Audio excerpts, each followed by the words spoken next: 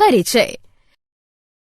श्रुति, तुम्हें पता है हमारे देश की जनसंख्या अनाज उत्पादन की तुलना में जिस तरह बढ़ रही है, उसे देखते हुए हमें दूध, अंडे और मांस की मांग को पूरा करने के लिए अपने पशु उत्पादकों को भी बढ़ाना होगा।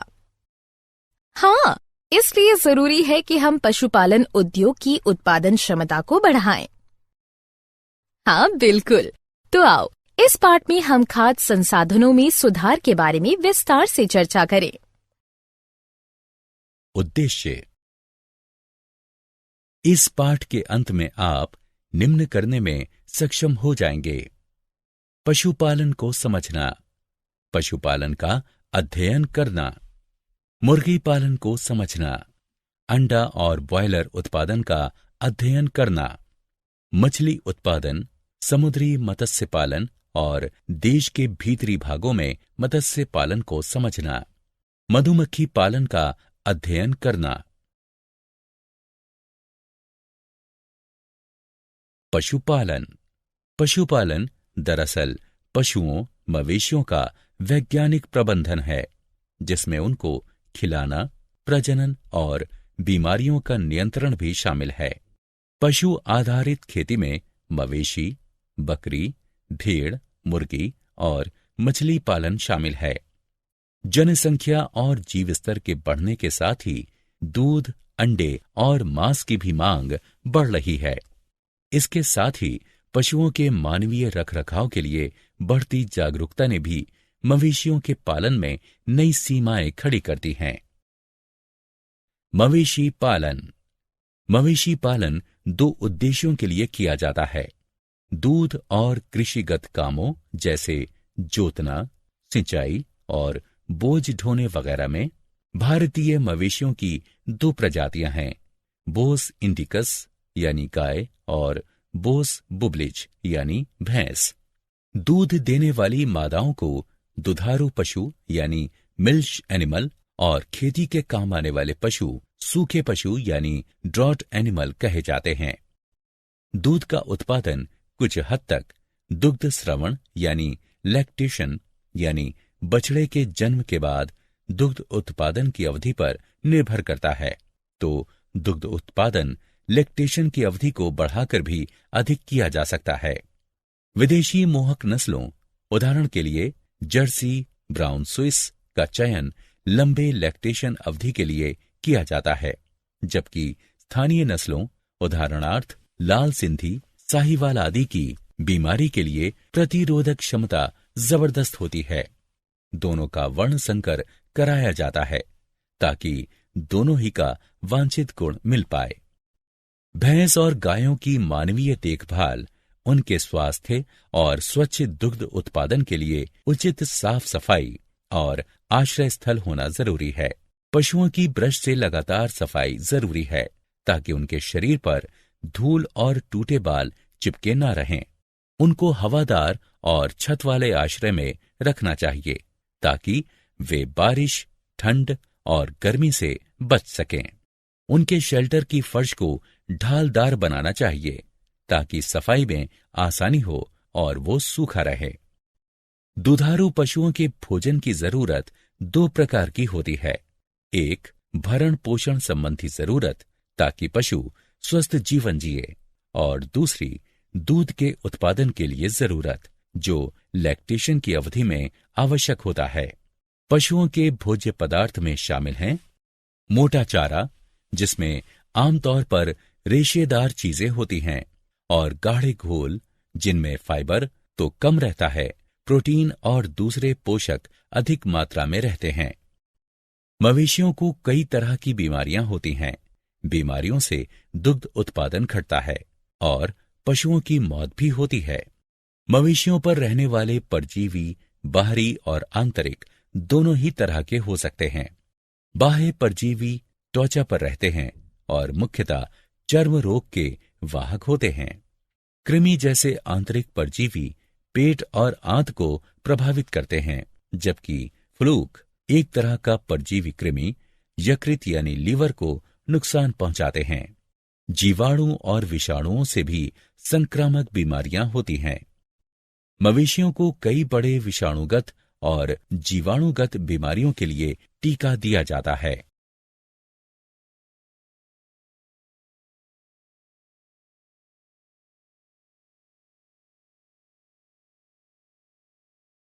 मुर्गी पालन। अंडा और मुर्गी के मांस के उत्पादन को बढ़ाने के लिए मुर्गी पालन किया जाता है। भारतीय, देसी, असील और विदेशी नस्लों एग्जॉटिक, लेगहॉर्न के बीच वर्ण संकर को उत्पन्न कर नई सुधरी प्रजातियों को विकसित किया जाता है। ऐसा निम्नांकित वांछनीय गुणों की प्राप्ति के लिए किया जाता है। मुर्गियों की संख्या और गुणवत्ता। व्यावसायिक तौर पर मुर्गी उत्पादन के लिए छोटे कद के ब्रॉयलर पेरेंट। गर्मी से अनुकूलन की क्षमता, ऊंचे तापमान की प्रतिरोधक क्षमता, कम देखभाल की जरूरत। अंडा सेने वाली मुर्गी के कद में कमी, जो अधिक रेशेदार और सस्ते भोज्य पदार्थों का उपभोग कर सकें, जो कृषि जन्य उप उत्पाद हैं।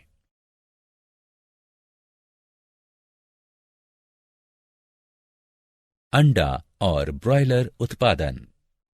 ब्रॉयलर चिकन को अच्छे विकास के लिए विटामिन से समृद्ध अतिरिक्त आहार दिया जाता है। उनका उत्पादन ब्रॉयलर के तौर पर किया जाता है और मांस के लिए बाजार में भेजा जाता है।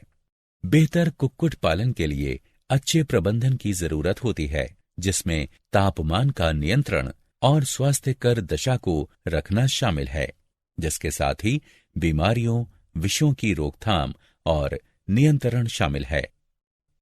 अंडे सेने वाली मुर्गियों की तुलना में ब्रॉयलर के लिए रहने, पोषण संबंधी और पर्यावरणिक जरूरतें अलग होती हैं।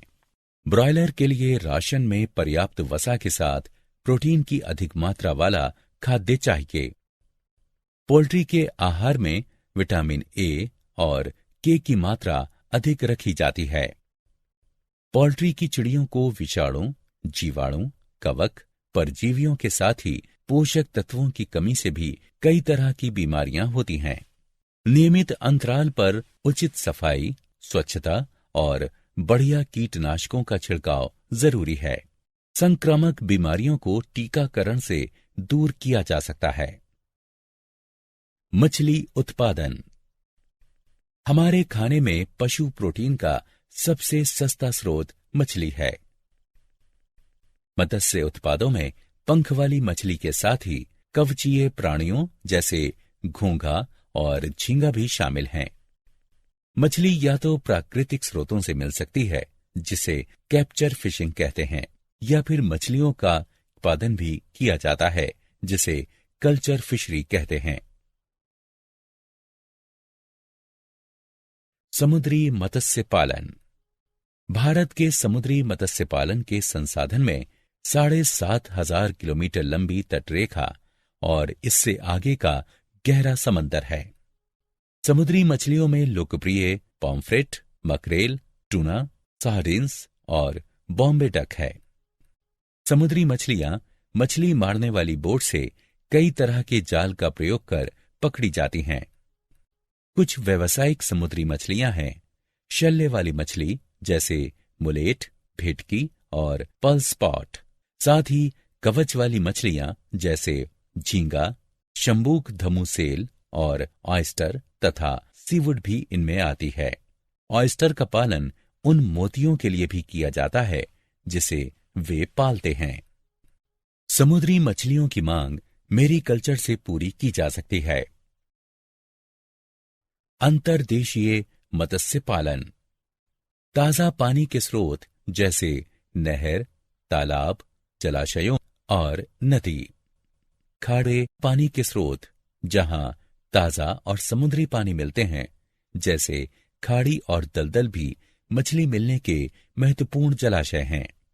मत्स्य पालन का मतलब अंतर्देशीय जलाशयों में मछली को पकड़ना है। फिश कल्चर कई बार चावल की फसल के साथ भी किया जाता है, ताकि धान के खेत में जमा पानी में मछलियां पाली जा सकें। मछलियों का अधिक सघन उत्पादन मिश्रित मत्स्य पालन व्यवस्था कंपोजिट फिश कल्चर में किया जा सकता है। इस व्यवस्था में स्थानीय और आयातित दोनों ही तरह की मछलियों की प्रजाति का इस्तेमाल करते हैं। ताजा पानी की मछलियों में से कुछ के नाम हैं कतला, सिल्वर कार्प, रोहू, ग्रास कार्प, मृगाल और सामान्य कार्प मछली।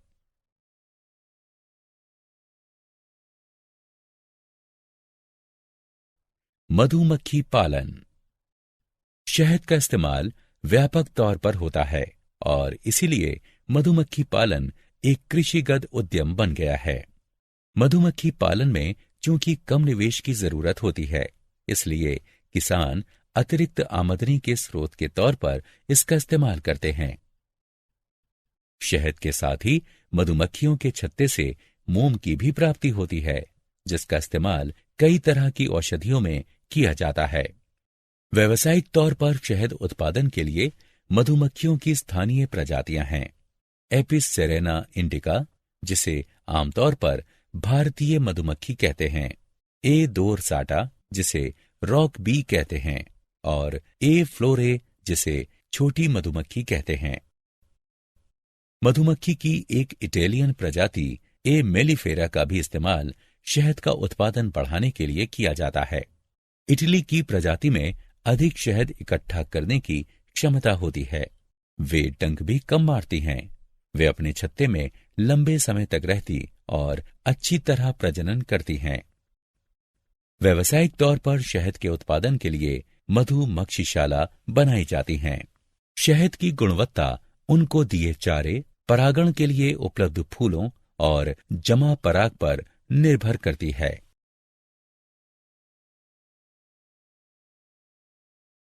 क्या आप जानते हैं राष्ट्रीय डेयरी विकास परिषद एनडीडीबी के संस्थापक अध्यक्ष डॉक्टर वी कुरियन थे। उन्होंने 1970 में ऑपरेशन फ्लड शुरू किया था। स्वस्थ गाय में प्रजननीय हार्मोन डालकर उसे उत्तेजित करने को अतिरिक्त अंडोत्सर्ग यानी सुपर ओव्यूलेशन कहते हैं, ताकि उसके अंडाशय से अधिक अंडाणु निकल सकें। वेजिटेरियन अंडे अनुर्वर होते हैं। रजत क्रांति यानी सिल्वर रिवॉल्यूशन का मतलब अंडा उत्पादन में त्वरित बढ़ोतरी से है। प्रतिस्थापन सुपर सेज्योर का मतलब किसी छत्ते में पुरानी रानी मक्खी को किसी नई रानी मक्खी के हटा देने से है, ताकि अंडे सेने में तेजी आ सके।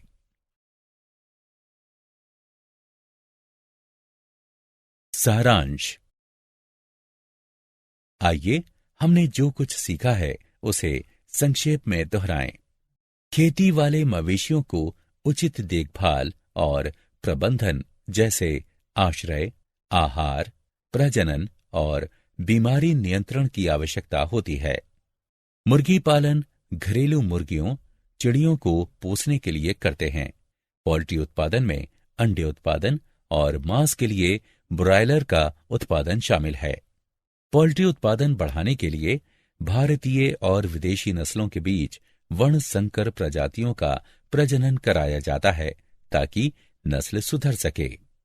मछली समंदर के साथ ही अंतर्देशीय स्रोतों से भी प्राप्त की जा सकती है। मछली का उत्पादन बढ़ाने के लिए उनको समुद्री और अंतर्देशीय पारिस्थितिकी में पैदा किया जा सकता है। समुद्री मछलियों को उपग्रहों और इको साउंडर की मदद लेने वाले जाल से पकड़ा जाता है। मिश्रित मत्स्य उत्पादन व्यवस्था आमतौर पर मछली पालने के लिए काम में लाई जाती है। शहद और मोम के लिए मधुमक्खियों को पाला जाता है।